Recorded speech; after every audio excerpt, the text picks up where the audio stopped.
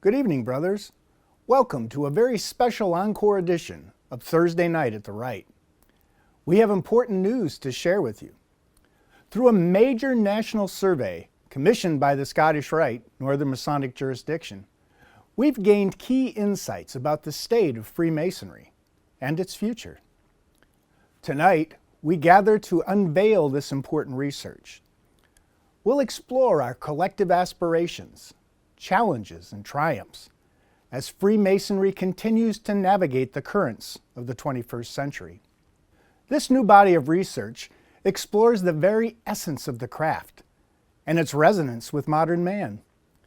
These findings will help guide us in sharing the light of Freemasonry with other worthy men, which will enrich and sustain our brotherhood for generations to come. If you've ever wondered if Freemasonry continues to be relevant in today's rapidly changing world, it is. Let's all continue down the path forward as we work to ensure the success of our great fraternity. Thank you for tuning in this evening. Journey on.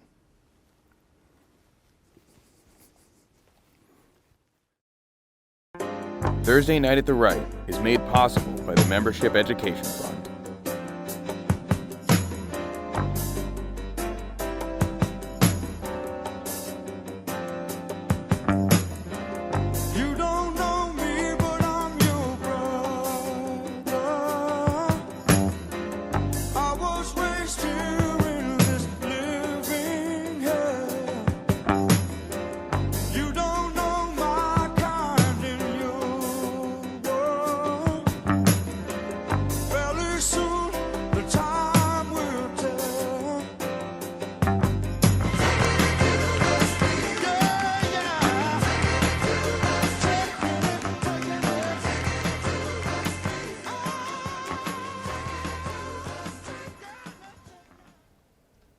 Welcome to this very special edition of Thursday Night at the Rite. I also want to thank those who aren't even Scottish Rite Masons, because we all have something to learn here tonight. As you heard from our Sovereign Grand Commander, recently the Northern Masonic Jurisdiction completed the largest survey of Freemasonry ever. Tonight's guests are here to share that new data and help us make sense of it all. They are the authors of The Path Forward, Empowering the Future of Freemasonry, and they're my friends. Linda Patch, Senior Director of Marketing and Communications here at Supreme Council, and Len Cerconi, our marketing partner. So, to you both, welcome to Thursday Night at the Rite. Thank you, Jim. Thank you, Jim, and thank you to everyone who's tuning in. We have a trove of good news to share. A lot of new data and survey work that's going to help us continue to work together with Grand Lodges and local lodges across the United States to further define and refine the path forward to empower the future of Freemasonry. But we thought it was a good idea to start with just a quick look back at the origin story, set a baseline for this conversation. And for those of you who don't know, it began in 2016. The Supreme Council of the NMJ took the bold step in commissioning an analysis of the state of the craft. And those findings were presented in the first book, of the Path Forward, Reclaiming the Soul of Freemasonry. Now that was in 2016. It's almost a decade later, and it was time to ask, did those findings hold true? Is the path forward still viable? So this year, the Supreme Council of the NMJ commissioned an update of the research in its entirety. And the results, we'll get a bit of a spoiler alert here, are crystal clear. It is time to cast aside the pessimism and the laments of despair about the state of the craft. We'll share with you tonight how Freemasonry actually is in perfect harmony with the modern man. There's a renewed interest in Freemasonry among American men, and we're also going to explore how current global cultural and societal pressures are aligning to create not just a period of growth for Freemasonry, but a sustained period of growth. Now, Len is the one who's going to take you through a thread that has led from the 2016 survey to now. The current research reaffirms one of the key findings of our original study. Well, Yeah, it's that Masonry is absolutely relevant today. It resonates. It's timeless. But the key, as you know, Linda and Jim, is that it has to be positioned to the non-Mason in a way that really invites them in. And the beautiful thing about that is the research shows that it's not the imagery necessarily, regalia, and some of the things that we think are really cool as They Masons. don't even know what it is. They don't know what it is. Now, they might be intrigued, but it's really about the values and principles of Masonry. The core of Masonry, what it really is, that's the thing that men say, that's an organization I want to be part of. We found that in 2016. Right. And we found it again today. And I think your point about, what's happening in society, We're going to get into that. it's gonna be you're gonna love it because, well, in a way, I hope there's not all great news. It's good news for Masonry, but not necessarily for men. But we can help turn that around. The research in 2016 also allowed us to create the work to bring those values and principles of Freemasonry forward, to raise the profile of the craft in the cultural conversation through what I like to call the revolution in 6 words. Not just a man, a Mason. And that campaign, I'm going to have Len talk you through a little bit of the creative work behind it, but that did come from the Zucconi Brown creative team. But I want everyone to know that this campaign is available to lodges and grand lodges. It's free of charge. We customize it for you. We have a service here at the NMJ to help you use these materials to your best advantage.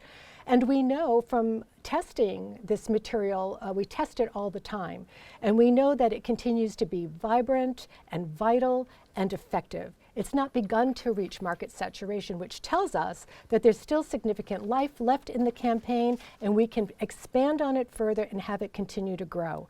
Why don't you talk, Len, about the how the data is really the driver behind all of this? The data is what you see when you see a campaign when it's done correctly is it's the old saying, you see the tip of the iceberg, and that 90% of that iceberg is below the surface. And 90% below the surface is the data, is the research. So when you understand and you can ask men the right way about what inspires them, what would they like, what's missing in their life, and then put that through the lens of what Masonry is and what makes it different, but also what makes it special. And then you align that. What I always say is to the copywriters and the artist is, our job is to put the X on the map. If you dig there, you'll find treasure. Now, you still have to come up with a great idea. You still have to have the right, but Linda, you talk about this all the time, where, every single headline, Right. every single image is there for a reason. I mean, That's right. talk about that a little bit. Yeah, it's drawn from the data. They're more than just clever phrases or an attractive use of language. It really is, we worked with the copywriters and the creative people to dig into the essential things that men were responding to in the survey and then interpret them in a modern and compelling way. And it's proven to be a robust lead-in to men who are looking to join the craft. This campaign, in addition to winning a number of national and international awards, we have alongside the likes of NASA and Hyatt and that level of caliber of a participant as well. It's been used around the world, and it's currently translated into 5 languages. Mm-hmm. And the one that I think people find most surprising, and I always have to mention, is that it's actually translated into Afrikaans, which is stunning to me. Did not see that coming. Didn't see it coming. For the folks that are on, depending on who's on the phone tonight, Jim, I know that we have some people who may not be part of Scottish Rite. It's open to everybody. But a lot of folks are probably seen Thursday Night at the Rite before. They probably have seen the campaign over the years. And the thing that I would say to them, because this is what you have to always remember, and you guys are great. We're the agency, you're the client. Most clients get sick of their own campaign long before it's lost its energy. Right. Because you see it all the time. And Right. you want to let's do something new. Well, what we've done instead is stuck with the basic tenets of the campaign, not just a man and Mason, and we've updated how it's being presented. So, every year we have new video, we have new what we'll call print, even though it's not necessarily in a print magazine, but online, the static imagery, new headlines, and then the breadth of things that we've built around it. Everything from, if you go to the website, you can download all of this stuff. You go to the Scottish That's Rite right. website. So I think it's important to underscore that, for the people who have seen it a lot, it is as fresh today to the first time the man sees it as it was when we created it several years ago. And I'll tell you, when I'm out in the field in Thursday night at the Rite, first, I think my viewers are among the most educated and active Freemasons out there. Right. But they all say that. They all think it's great, and they can never wait for more. I mean, they can't wait for more. Yeah, and people are using it. I always get a kick out of it when I go somewhere, a different state, to a lodge or even a Grand Lodge or someone's website, and it's being used in so many places. In fact, one of the guys in my lodge, Meridian Lodge in Natick, which I love to tell people was founded by Paul Revere. That's what we're doing here in Massachusetts. But a guy started telling me about the campaign. He had no idea I was involved. I was like, it was hard for me. I did not break in and be like, well, let me tell you a little bit about the campaign. But that's really when you realize how much of an impact it has when someone's that excited. Because that was the other thing is, yes, it's for men to come into the craft, but I believe it did a lot pride. Yes. to inspire people to be proud of being a Mason. Oh, absolutely. Because they look at it and they say, yeah, that's it. I don't know if, Eric, you like the fact that I just whacked my microphone. Sorry about that, guys.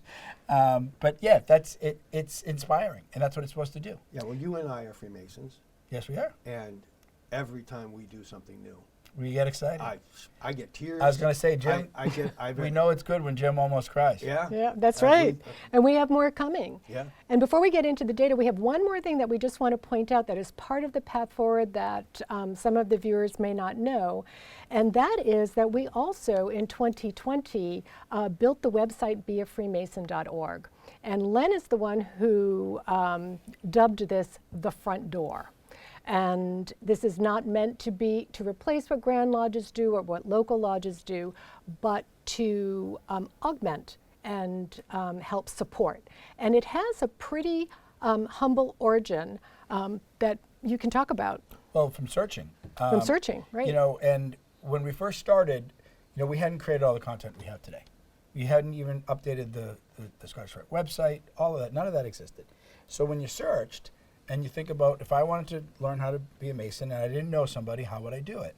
And Google doesn't, Google will tell you what's out there. Mm-hmm. And so depending on a lot of different factors, it will serve up the results. And when any given day, you could get any number of things served to you. Stacks of irrelevant information, Or oftentimes. crazy. Or the worst part, that's not fair and not right.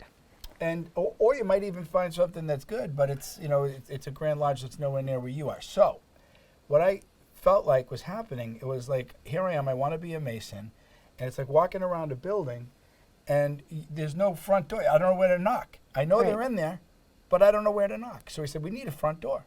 So we created not just a Mason, beafreemason.org. And the other nice thing about it is, from all that data, we knew exactly how we wanted to present Masonry in its principles and its values. That's right. And I don't want to go end this part of the conversation without saying that we also did this in partnership with Shriners International and the Southern Jurisdiction, who were full partners in helping us build this and present this website. But it was very important for us to find that central place where we could lead men who are interested in finding out more, but as we said, with using the campaign that is compelling and inspirational and modern, but at the same time presents this historic brotherhood forthrightly in all its truth and honor. And has it worked? Well, one part of the campaign is what we call the lead generation portal.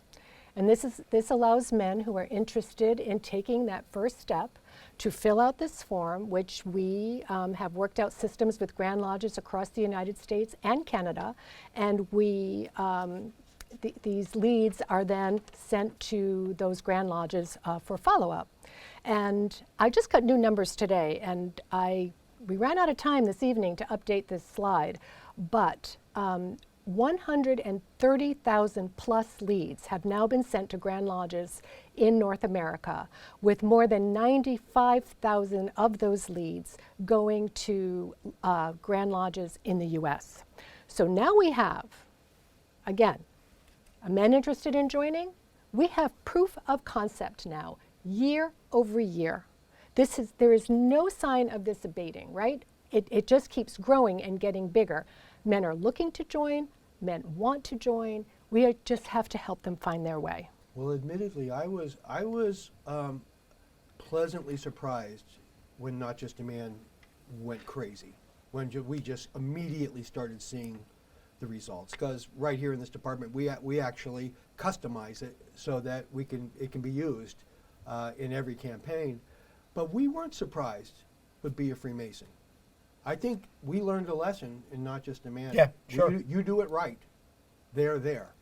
Yep. And they are there, and they're coming in. It's our responsibility now to follow up, make sure that we're answering that door. Yeah, and we might not get too far into it tonight, but as the younger folks, start to be in prime, kind of joining age, more and more as we go through, more than 10 years ago, and it will be more than 10 years from that. They're all the new Masons more than ever are used to interacting online. They're used to finding things online. They're used to signing up online. They're used to buying things online. So, these 100,000 will only grow as we go. And I think it's important to make sure that, we want you to bring your friends. We want you to have, to have people have that hand holding, so to speak, to bring guys in the lodge. That'll never change. But we need to meet people where they are, and more where they are through their phone or through their computer. And maybe we can get some feedback from this group, because there's an entire other webinar that we should do and would love to do on the issue of follow-up and helping that issue and how important it is and how it could be augmented, because you can see, again, year over year, proof of concept. This is not abating. This is the direction in which we're headed. Yeah, you said when you started that we don't, a lot of folks look at Masonry, is it still relevant? Is it still dying? We can't say enough that not only does the data tell us that it's relevant, not only the principles relevant, but you started it by saying that we should not be melancholy at all looking back to some 1970s glory day, because there's 130,000 people right there say, I want to join. And take a look at what we're going to get into next. This just builds on the good news. So we're going to get into now the 2024 survey data to share with all of you. We'll give you the highlights. We want you to know that our book, The Path Forward, is restocked on Amazon. We've had one sellout already, we're happy to say, but it is restocked. You can even just scan that QR code right now and we bring you right there. All the proceeds of the sale of this book will be donated to the NMJ's Grand Almoners Fund to help brothers in need. Now, for those of you who registered, you really did help us with the count and to help us organize this evening. So we're going to, we have a random name generator. We're actually going to one of the registrants, we're going to give you a free book. We're going to send it to you. And I have it right here. And I'm sorry, my friend, if I don't pronounce your name right. I think it's Brian Earhart, spelled A-R-E-H-A-R-T. So congratulations. I actually have my own book in my office, and it is marked up, and it is relevant to my day-to-day Freemasonry. So Brian, we have your email, and we'll contact you to get your delivery instructions. So thank you so much. If we were famous, we'd say we send an autographed copy, but I don't think Brian cares. No. So about the survey, let's talk about how we did it. What was the study like, Len? Well, it's a quantitative survey, so which means we're looking at numbers. We're looking at data. That's right. So that's the first thing to understand. It was an online quantitative study, which means you ask questions and you get the answers back, and then you compile the answers. So the number of people is extraordinarily important to make it accurate. So what people might not realize is that when you watch the news and you see national studies of what people think or who they're going to vote for or things like that, these are all very stable, good studies. We trust them. There's often only a couple hundred people, 200, 300, maybe 500 people in those studies. This one was much bigger. It was 3,500. So we did it for a couple of reasons. One, we wanted to make sure that we got enough representation across the whole United States, and that brought us a margin of error. So when I mentioned that the typical study is a 5% margin of error, which means if you get a data point that says 50% of men think this, well, that 5% means it could be 55 or it could be 45. This is 1.7. So less than 2 points. So basically what I'm saying is when you look at these numbers, they're as close to dead on as you're going to get. The other reason we had 3,500 is we wanted to dig deep into it. Not just men, but men in terms of where they live, what they did for a living. If they said yes to one thing, one question, well, what did they feel about the other question? So we'll get into a lot of that. It was also done by a research firm. So same type of research firm, it's called One Poll. And you mentioned winning the award against some big guys. Well, this is the people that do Marriott and Hershey and Jif peanut butter and those types of things. So we went right to the top notch type of firm, and they make sure that when we ask the question, we don't, even by accident, we call it reading for bias. Well, if you ask the question, it kind of leads the person to say yes or no to it. All of that was taken out. Any kind of regionalism, any kind of bias, made sure that it's scientifically sound, and then we'll get the results. And that 1.7 margin of error means that we can extrapolate this with confidence. Absolutely, yes. If I didn't have it, meaning that this isn't just these men that answered it, this can be extrapolated to the population. To the population at large. Men in the United States. So what did we want to know? We wanted to know what is the state of men in the U.S. today? What's societal pressures? What's happening with men today? What's the perception of Freemasonry among those men today? What would motivate them to join, if anything? Which messages, as we go forward with the campaign and continue to refine and create materials, what messages resonate most? And again, going back to the nearly decade that has passed, what has changed in the past nearly 10 years since we did the survey in 2016? So we're going to share 6 key takeaways with you. And the first one revolves around circling back to that societal pressure and cultural powers that are at work in the lives of men today. And I'm going to have Len start off by talking about the issue of men and loneliness. And I'm just going to say, the data says y'all are lonely.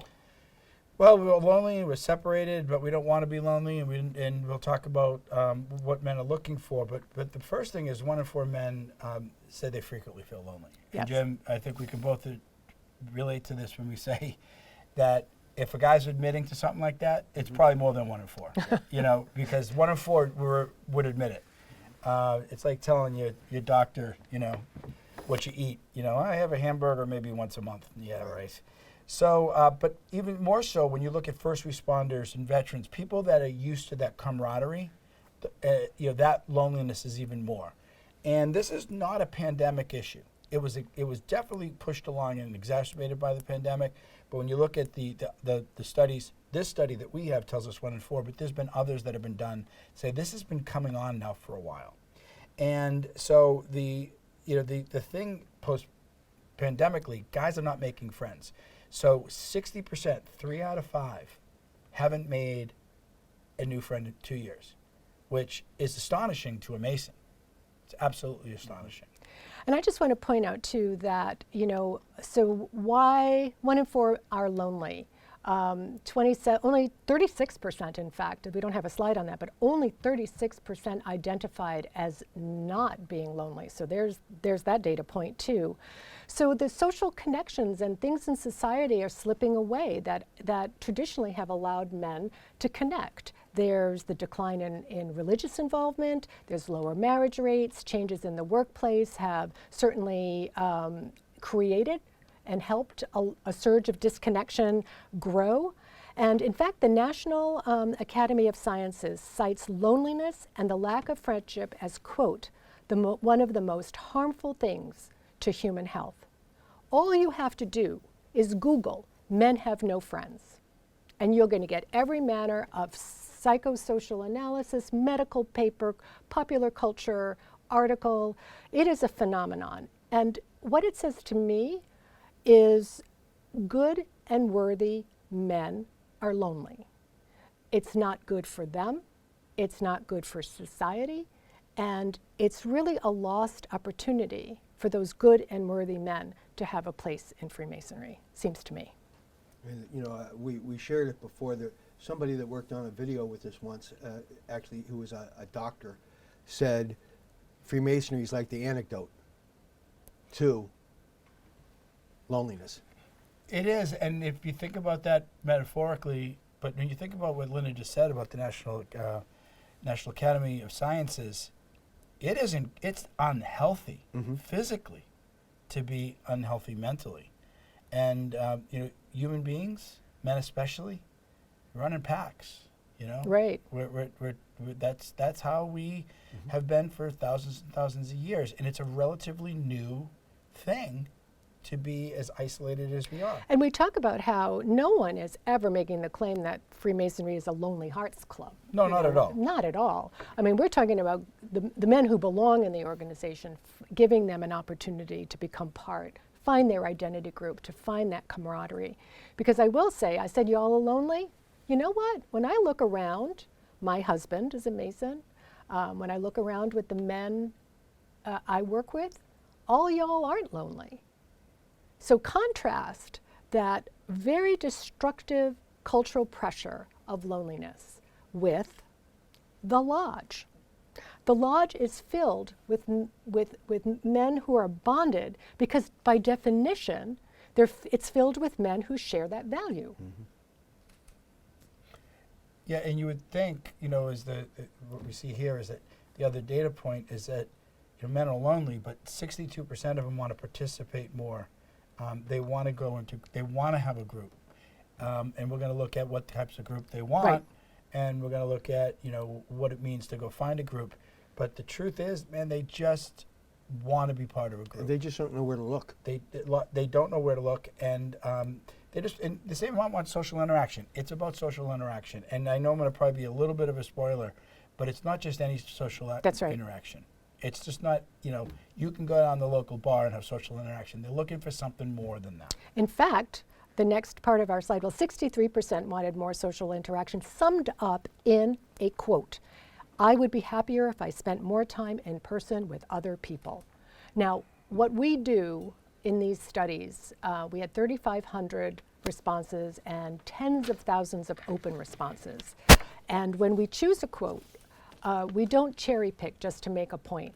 This kind of quote is literally emblematic of thousands upon thousands of like sentiments. You have 63% with a 1.7 margin of error telling us that they want to be part of something. They want to find that identity group. They want that social interaction. But what are they looking for? In fact, that's our next. Well, I'm glad you Our asked. next- Glad I'm you asked glad the you question, Linda.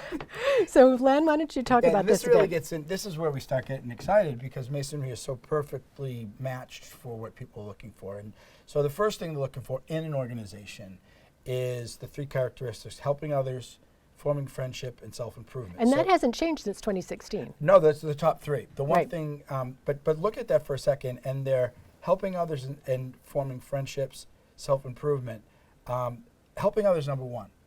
And when you looked back at 2016, helping others was in there, but self-improvement was number one. So it's becoming more selfless, more. So what that says to me is people want not just to go and have these interactions and have fun and things, which you do have as a Mason, but they're looking for something a little bit more meaningful. Well, one of the quotes that we had pulled on this was too that I want to improve the quality of life for people in my community. That was a very widely expressed sentiment. And the fact that self-improvement is certainly one of the top three, but the fact that helping others edged that out this time really does suggest that men are seeking outward connection as a means to feel more engaged and to find meaningful ways to contribute to I think society meaningful and to is grow the themselves. word Right. that you have to look at. When you look at Masonry and think of, gosh, meaningful in so many different ways. But Jim, you know this, that I think I was just telling you a story the other day, and I'll tell the viewers. I went into a store. There's a new store in my town, and I was looking for something. Just it's Western wear store. I thought that's kind of cool. I mean, it is Massachusetts. You don't see much of that. And, well, one of the manager was walking around and he had a belt buckle, which was like a rodeo-style belt buckle, but it had the square and compasses. Oh, cool. So I walked over and I said, you're a Mason. And I said, we took the first 2 years of getting to know somebody and completely went right into, I knew more about that guy and bonded with him because there's just all that, who are you? And you don't want to come on too strong. And I just met this guy, none of that's there. No, we're None not of that's there. strangers. No, we shook hands and he gave me a real handshake, if you know what I mean. And we just hit it off.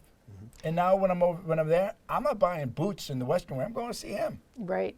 And it is, again, circling back to that, the lodge is filled with men who are dedicated to that value of connection and helping to get to know you and support you and share wisdom and confidence. And that's, I see it in the men in my life and the men I work with Yeah, so here it all won't be the a big time. surprise when we get to the next point, right? Well, the core tenets of Freemasonry resonate. Now this you can't even make up, my friends. These are the 3 core tenets that men in our survey identified that they not only want in their lives, but they want in the forefront of their day-to-day lives. And what were the top 3? Honestly, you can't make it up. Truth, brotherhood, and we use the word relief, but they use the word charity. Yeah, and just so you put this in perspective, this wasn't a, hey, Masonry is about these 3 words. That's correct. What do you think of that? That's right. They had no idea that we were getting into Masonry at this point of That's right. participation. That's right. It just happened to be of all the different words that we gave them, of different values, these were the ones that rose to the top. Can you imagine that? And just the appeal elements of Freemasonry, you can talk to this slide too, this incredible When number. you look at all the elements that we gave them, the 91% they appeal to 91%, which makes me wonder who are the 9%. Actually. I know. This stuff doesn't appeal to. But I just thought of something. It is amazing when you look and you see those core tenets and say, wow, it really resonated. But it just occurs to me that we shouldn't be surprised. We shouldn't be surprised because they're so core to what we are as men, all right? And also, how old is this fraternity, Jim? Pretty darn old. Pretty darn old, right? And it's still here, and it's still doing great, and we're still having people say that this stuff resonates. There's a reason for that, because these things are, when we throw the word timeless around, but now you know what I mean by timeless. That men today who know nothing of the craft say, that's what I want to be. And there's a place where I can find They it. didn't I didn't know know, but here, that's right. So will they join? Key point number 4. There's the money shot, people. Now we asked our 3,500 respondents prior to learning anything more about Freemasonry, cold, so to speak. They came into the survey. We'll talk about their awareness of Freemasonry in a bit, which is good news and high. But we asked, based on what you know right now, would you consider joining Freemasonry? And 46% of that 3,500 men said that they would, Yep. right? You either actively can say, Some were I'm active- ready to go, I'm going to actively consider joining, or sure. And some were in might- the process of actually pursuing Yep. membership. 46%, which is a very strong number, right? From the outset. Then what did we do? We wanted to understand the effect of the core tenets of Freemasonry. So we wanted to, in a survey, as best we could, educate them a little bit more. We wanted them to learn a little bit more about Freemasonry. So we exposed them, I'm not going to go through these one by one, but to a number of statements about what really is at the core of the craft: tolerance, kindness, self-control, respect for others, integrity, honor, improving the quality of life for others. You have 500 years of unbroken history. The fact that you share the values of the country's founding fathers. Now, did that make a difference? It did make a difference, and you don't see this in typical studies, that it went from 46 to 64%. So just think about that for a second. Up until the point, there's already a great number, and 46% are interested. But now when you say, well, let me tell you a little bit more about it.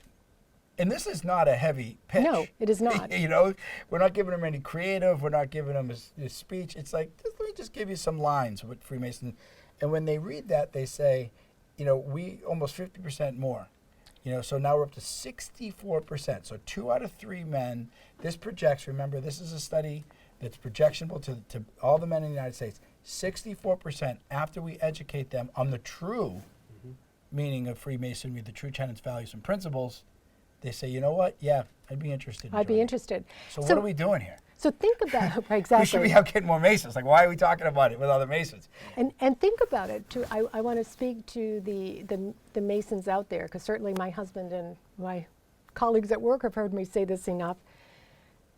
Think about it. We don't have to, as marketers, we don't have to spin it. We don't have to exaggerate. Exactly We the don't have opposite. to do Just say anything but present what the craft stands for, because the craft itself is the key. So this is interesting when you say that, because there is a little caveat there, which is you have to go back to, you know, what we see behind us and go back to not just a man and Mason. That's where the creativity does come in. That's right. Because now we know all the data, we know what's interesting, we know the tenets, and how do I do it in a way that in a glance, I can look at that and I can understand everything we're talking about enough to say, I'm going to click on that and go to that website, or I'm going to, you know, take a move, make a move. So that's where that creativity does come in, because in an instant, not just a man and Mason inspires me to make that move. And I want to learn more. Yeah. And if you want to just look at the census data, 64% of men in the United States works out to 106 million men. Now, nobody's saying 106 million men are going to join, but think if we just but converted 1%, seriously, people, which is lower than most conversion rates in most e-com sites, that's 1.6 million new Masons. and think about the what we showed earlier about the response to the beafreemason.org Yeah. and all those leads coming in. So You didn't mention this, but I will say it now. We don't do anything to push that site. correct, that's We right. don't run advertising on it. We don't, you know, it's just that it pops in search, and part of the reason it does is because so many men visit it. So Google really trusts it. Imagine, you know, what you can do in your own lodge, in your own area if you start using this campaign. And we have a lot of, in the next webinar, we'll tell you about some people that haven't done great. We have a lot to say and a lot of learning to do. But addressing the top barriers to joining, and Len, I know you,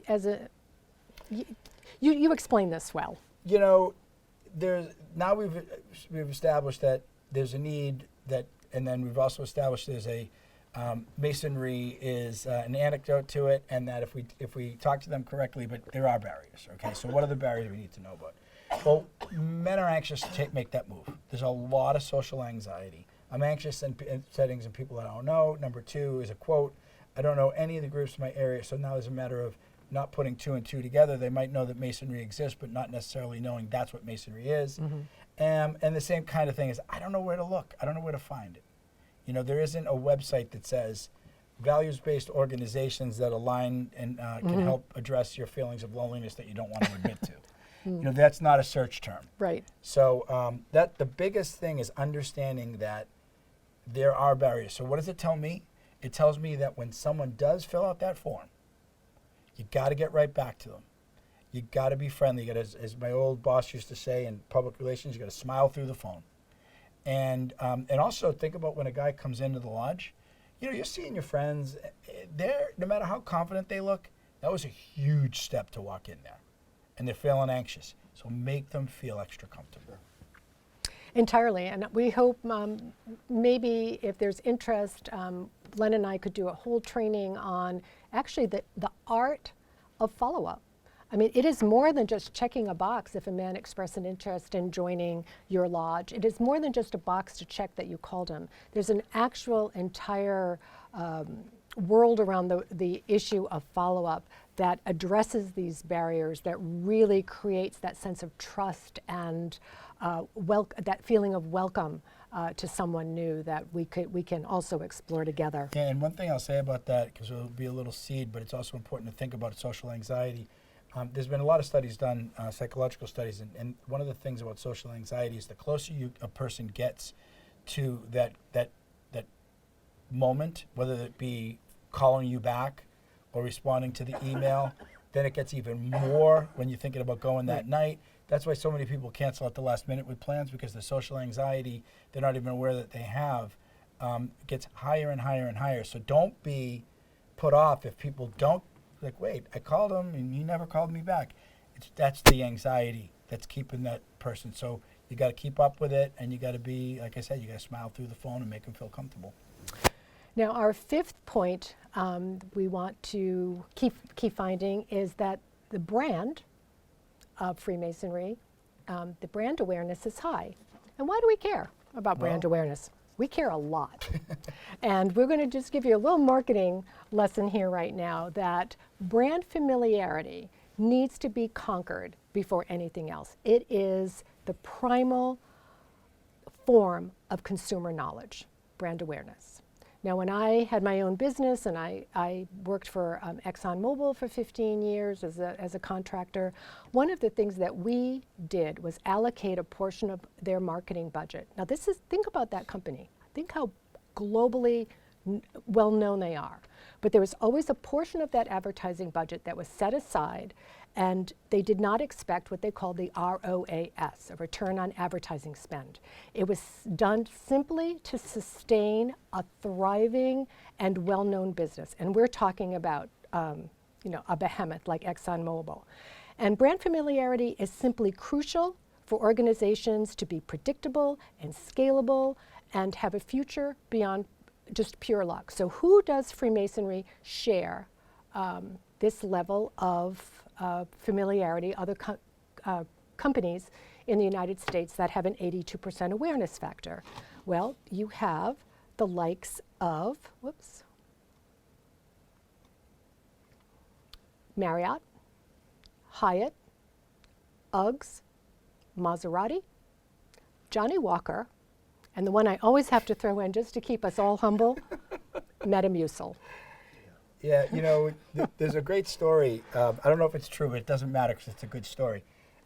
Back in the day when Mr. Wrigley were still alive and Wrigley's gum, was everywhere, he was on a train and someone said, I see your ads everywhere. There's Wrigley Field. I see billboards. You guys, everyone chews your gum. Why do you continue to just put out advertising?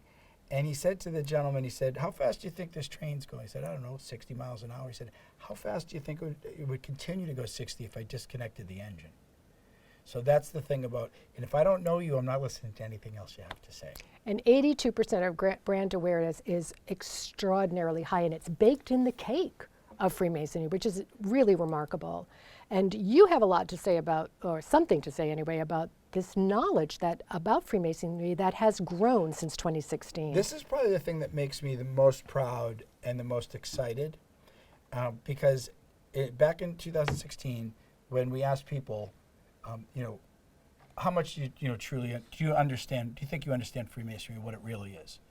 It was 20%, which is actually still pretty good. Not bad. As Masons, I would question how much they know versus how much, So there's that. But as far as they're concerned, they have a good grasp of it. After this campaign has now been doing its work, and all the other things we do doing its work, and all the Masons doing their work, we've doubled that number to just about, I'm going to round up and say doubled. 39% of people in this, just a few years later, say they believe they have a fair understanding and knowledge of what Freemasonry is. And that's so important.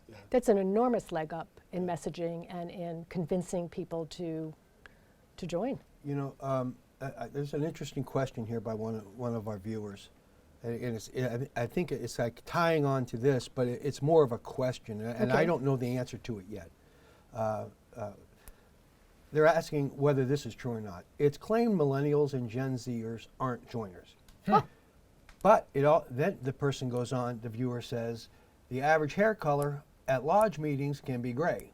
Are there strategies to attract and retain younger brothers? Well, funny you asked, because here it's comes... Like you planted the question. Here comes key finding number 6. We're going to talk about the shifting of the target market and the news from the generation of millennials that, I don't know about you, Len, but I did not see coming. So our basic general statement is that the target market has shifted. It has gone from, when we did this study in 2016, the target market were mostly boomers and some Gen X. But again, 10 years has gone by and we found that boomers aren't, They've you know, boomed. they're boomed. They've already boomed. You know, but they're moving through their life, and we actually, Time when we marches started this, on. we had a lot of people join that were boomers, but Yep. at this point, I think they've either joined or they haven't. And now our top target market is Gen X, which we were talking about, I just barely made by a year. But millennials are really the thing. So Gen Z, it's still a little early for them. You know, there's a lot of the Gen Z, I mean, my kids are Gen Z, one of them's still in high school. But the millennials, when you look at their, you know, we tease that out and say, well, what do millennials think about all this? Well, 77%, so that's a huge number, says that Masonry is something that they would like to join more than any other generation. Particularly, though, after they learned more. Yes, very Right. good point. So now that they have an understanding of what it is, I'm in. More than any other generation. Did not see that coming. Nope. And you know, then 3 out of 4 the same said they want to spend more time with local groups. So it's perfectly aligned, and it's very strongly aligned with millennials. But to answer the viewer's question a little bit more closely, are we doing anything to attract millennials? Because you might ask, well, you made this campaign, the basic campaign, when it was baby boomers. This is different. Well, first of all, we did have millennials in that campaign because we also knew that at the time there was a connection between millennials and boomers, which you can get into. But even more so, it's more about how we're executing and where we're putting it. So, for instance, the next round of things, and actually the last round, we're shooting vertical video. So people are watching on their phone. Make sure that it actually works on a phone. A lot of where we put these things out, when we put the advertising out, or the social media, it's exactly that. It's social media advertising. We do a lot of Facebook, a lot of Instagram advertising. So we're fishing where the fish are. Right. And we're changing the formats to fit those formats. But what's nice is that the main tenets of Masonry haven't changed, and they work better than any other generation with that, so we don't have to think about changing the message. So let's talk about those millennials and what they're about, right? Okay. Because I think, you know, as we grow older, we lose a little bit of touch with what the general composite of a generation sure. is. And we can also say that, you know, 10 years ago, or close to it, millennials showed little interest in joining Freemasonry. But again, time marches on, and their life stage is changing. They're moving through their professional journey and their family. They have more resources and more time. And to seek, you know, meaningful connection and ways to grow themselves. Now, in 2022, McKinsey did a huge research study on millennials, and they found that loyalty, equality, and responsibility is the defining characteristic of that generation, which absolutely predisposes this rising generation to the tenets of Freemasonry. There's tremendous opportunity for Freemasonry with this rising generation, but not but for what Freemasonry has to offer, but the mechanisms by which we speak to them. The digital world has to become more integrated. This is the first digital native generation. They don't understand paper. They don't really even understand the phone. They certainly don't have a the printer. phone call, and they are, you know, they really. There seemed to be some skepticism in some places that if someone inquires through a digital portal that perhaps they're not really a serious person. This is what they know. This is who's coming up. This is the generation we're talking to that will take our place and lead Freemasonry forward. So Linda, that kind of goes into what one of our viewers are asking. Do you think that is the biggest change from the original research that you found, that particular point about millennials? I learned a lot about millennials, and I learned that just to say just one more thing about them as a generation and their composite of how they're made. We know that the true bonds in Freemasonry are forged, right, in service and purpose, not just in connection and interaction. And that call to service is also a key marker of the millennial identity. What does Freemasonry ask you to do, right? So is this the biggest surprise? I don't think it's a surprise, but I think it's the biggest takeaway. It's the biggest takeaway, yes it is. Yeah, because It's the biggest they're asking, is it the biggest change from the original? Yeah, I would Yes, say. I would say I so. would definitely say yes, that. I would say so. Because of the time span. 10 years has gone by, And by. thank goodness, because if 10 years went by and we weren't picking up that younger generation, what would we be talking about? You know, and the fact that I would be pleased if the data came back and stayed flat with the millennials.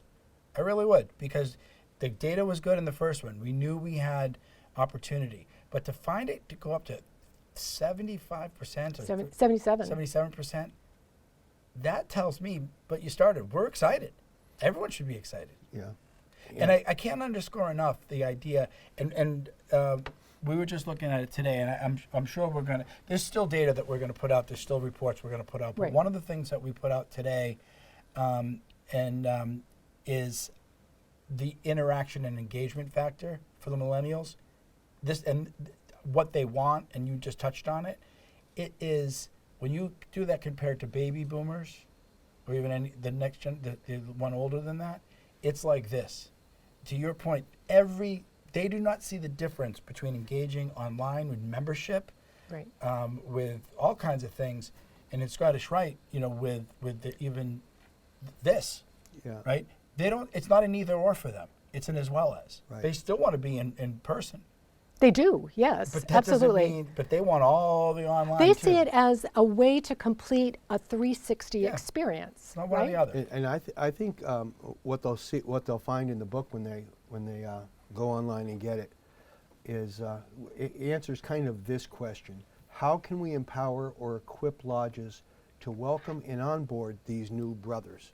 Because they are almost strangers to us, but it's because we've allowed them to become strangers. I would love to address that in another hour, Yeah. because it's going to take that. It's big. It's big. It's important. It's a absolutely fundamentally terrific question that we're getting asked a lot. There's a lot of all those leads that we send to Grand Lodges. We'll give away a little bit of the store here. The follow-up is not good. Not good, and some of it is the suspicion of the digital world. Some of it is just, I don't know, broken infrastructure, I'm not sure. But there are ways to do that. There are ways to be better at it. There are ways to think about it. There are ways to have innovators and movers and shakers in Grand Lodges and in local lodges fix the problem, Sure. be more proactive about the problem. That's a really big question, and we do need to address it. We have a lot to say about it and a lot of good advice, so we may have to bring that I will forward. give you one, I think, that people can keep in mind. I mean, one of them is follow-up. Please follow up. The second one is when following up. You might be saying, we need a millennial to follow up with a millennial. And maybe so, but I wouldn't have a lodge think that they need to do it that way, because especially with millennials, they have, this generation has a respect for and a lot of affinity and connection to the baby boomer generation. It's really about a mindset, and it's really about how one, you can be old, you can be in your 80s and still be young at heart. You need to have someone that has that spark. Yeah. That does the follow-up. It's the energy of the follow-up, the enthusiasm of the follow-up. It's not the age-to-age thing. It's the type of follow-up. Be friendly and be open. And just because they're younger, I mean, we were all younger too. I think there's sometimes a little bias. These kids don't know anything. Well, yeah, that's why they're coming in to Masonry. We're gonna teach them, aren't we? So just remember, they're coming in cold, and be very, sometimes I think people forget what it was like to not be a Mason or be a young person searching for meaning in life. Yeah, I'm not sure how much of it either is. We all resist. There's a natural thought that we go through to resist change. But this book, when you do read it, as I said, I have it in my office all marked up. because I give lodges of instruction, and this is all great information. This book says you don't have to resist. You don't have to fear it. No. It is true. They literally do want to join us. And the thing about the what doesn't change is the most important thing. Your fundamental values. That's what they're looking for. all it is. That's what doesn't change. That's the most important. If there is an important takeaway, it's that. Maybe the mechanisms by which we reach people change, the ways we connect with them change, we meet them where they are, all of those things that we say. But what's at the core of it? Yeah. It's lasted for hundreds and hundreds of years. And we'll Yeah, carry on. That should be the conversation, right? When you follow up, it's not about what you have to do and what you have to memorize, and you get to that. But I think that first conversation really ought to be, this is what Masons really are. This is what we believe in. This is the that why we take an obligation. Like, that's what people want. They want, what did we say? They wanted relief. They said brotherhood. That's, if you just stick with your heart, you can't go wrong. Right. You know? Yeah. Because it begins in the heart. Yeah. You can't Always go wrong. in the heart. Doesn't matter how old you are. Doesn't matter if you have the speech down. Speak from the heart. State of the tenets of Freemasonry. That's what they're looking for. They don't care about if it's chicken dinner or if it's flank steak. They do not care. They do not care. You're not joining a club like you're joining a social club, and you care about what beers are on tap at the menu. That's not what they want. They can get that in a million other places. Well, we have another question here, and I think the question may be coming from somebody that maybe is not a Scottish Rite Mason, because there's a big difference between Grand Lodges and Supreme Council, and where our responsibilities lie. So it says, besides the book, does Supreme Council offer any tools to help lodges apply these insights? I don't know. Sure. Yes, we have. Absolutely. I mean, you go ahead. No, you start. I mean, I know we have a lot. We'd like to do more, and that's what we have. We'll tell you some of the resources that we have, and we're also working in partnership right now with the Shrine and the Southern Jurisdiction to see what more we can do, formulate a program that will actually help what this question touches on. And that's a pretty powerful block. Yes, it is. Of very committed Freemasons. And we have, and I don't know that the three organizations have really worked on anything quite this closely together on. Yeah. And everyone is committed, and we'll come to something. But in the meantime, Len, we have on our website, we have an entire, if you go on our website and in the search box, you put in Masonic Marketing Series, we have an entire books of tutorials about how to do social media, how to build how to rank on Google, how to do follow-up, and with some case studies in there. What else am I missing? Well, the campaign itself, we mentioned And early. that too, the campaign. And there's a lot. Videos, there's downloads, there's social media headers, so you can make your Facebook, you can choose what you want your Facebook page to look like. So there's all that, but I think the Masonic marketing is among the most important thing on there, because you don't necessarily know how to do it, and it has the way that it was built. Negative Haley Harris, who you can't see, but she's here tonight. She's a huge part of the team. She and some other folks, who, by the way, are millennials, so it's good to know. But they did it in such a way that you don't have to know a thing, and it's click on this, then do this, then do that. Yeah. And that's what's really, I think, going to be super helpful. And as far as using the campaign is concerned, all of how to download and how to request a customization, whether you'd like it to be a URL or a call to action if you have an event, whatever it is you may need, all those instructions are also there on the website. It leads you right through the process. So we're going to wrap up in a moment, but one thing that we did want to bring forward, because we've had this conversation with Masons. I've been involved with Scottish Rite since 1990, first through my business and now as a staffer for the past 9 years. So I've heard this question through the decades, and we don't have to guess anymore, because in fact, first responders and veterans are very key target audiences for membership. It makes sense. I mean, these are people who are driven by purpose. These are people who, by definition, are part of a fraternal-like organization. I know it's not necessarily all men, but there's that bond, that brotherhood. There's a sense of family. Family, but built around a common purpose to do good. Right. So it makes sense. And when, especially veterans, because by definition they're not in that anymore, it's like you hear about people all the time. Well, what do you miss so much about, could be Tom Brady or I miss the guys in the locker room. They don't miss the game as much as they miss the guys. And so that makes sense where people like this are used to it and they want that in there. I mean, even if you are a current first responder, you come home, if you're a young guy, maybe you don't have anyone you're living with, maybe you're living alone, maybe you're living with a significant other, but it's not the same as having all the guys around you. And that's what the lodge is. So And it makes sense. if you look at the statistics on this slide, even we'll just go through them quickly. First responders and veterans have higher than average rates of loneliness. They want to 88% for first responders, 74% for veterans. Both express that desire to get involved in local groups to give back to their community. First responders had a higher than average positive response to the key messages that about Freemasonry. And certainly veterans are looking for those deep and lasting connections and friendship, regardless of race, religion, culture, or geography. So we took the guesswork out of it. We don't have to guess anymore. These are two key target audiences for Freemasonry. And since we're wrapping it up, there's an interesting question here. Based on this research, what does Supreme Council have planned for the future? One thing is we're doing a whole new production on Not Just a Man, a Mason. That we just decided the last couple of days that it's going to be in July.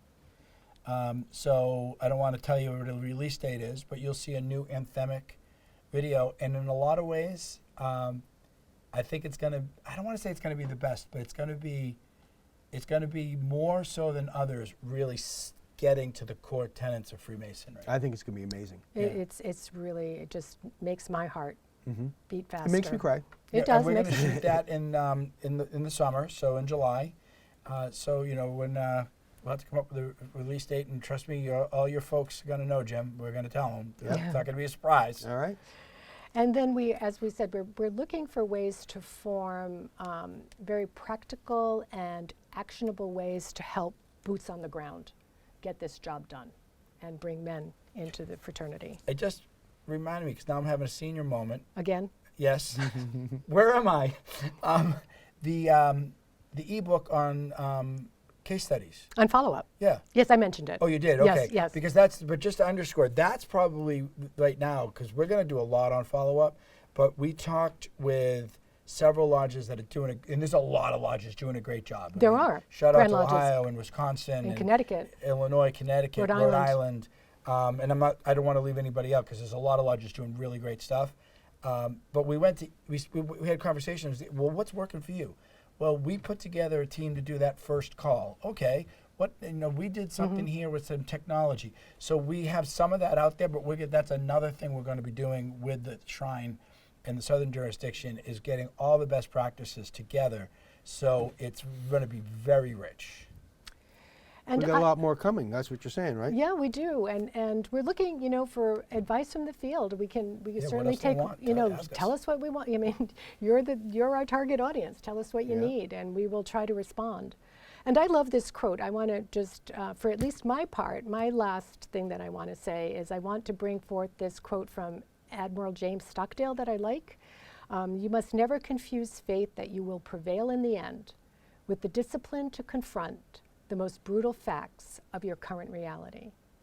And I want to take a little different spin on those brutal facts, because the brutal facts that we're facing and what we've talked about tonight is that this can be one of the most invigorating and innovative periods of resurgence for Freemasonry, and by extension, also for Scottish Rite. You'll prevail in the end because this is what you do. You help good men find the light they seek. That's your calling, that's your spiritual center, and that is what literally sets Freemasonry apart from any other organization in the world, and that's literally the case. Any other organization. Sometimes I wonder if you're a Mason. I'm Well, she very, kind of is. no, I am, but I am very, very proud that my husband is one. We have 4 sons who are slowly making their way. I work with some of the best people I've ever known. I think this is good for the world, by extension for all of us. I believe in the values and the tenets, and I couldn't be more proud to be part of this. And whatever little good I can do just is very fulfilling for me. All right. That's nice, thanks. Well, I So want to more thank you would be. both. I want to thank you both.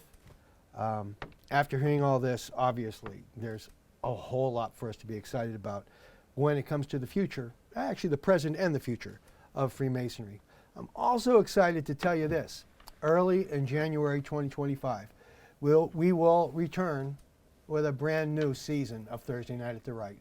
We're very excited about it. We had vigorous discussion today. We're working hard to try to figure out how to make it have better content, improve every part of it that we can. We're going to provide a new educational module that we've never done before, so that's brand new, but we have some very interesting and talented people that are going to help us with that. So we're very excited that next year, Thursday Night at the Rite will return. So is there anything else we want to add before we say good night? Just, you know what? Be happy, be proud, and go out and make it happen. These guys want to join, and they want to join because of what Masonry is. You don't have to be anything but a good Mason, and that's all you need to do. Yep, that's pretty good words. So, until we meet again, journey on. Good night, everyone.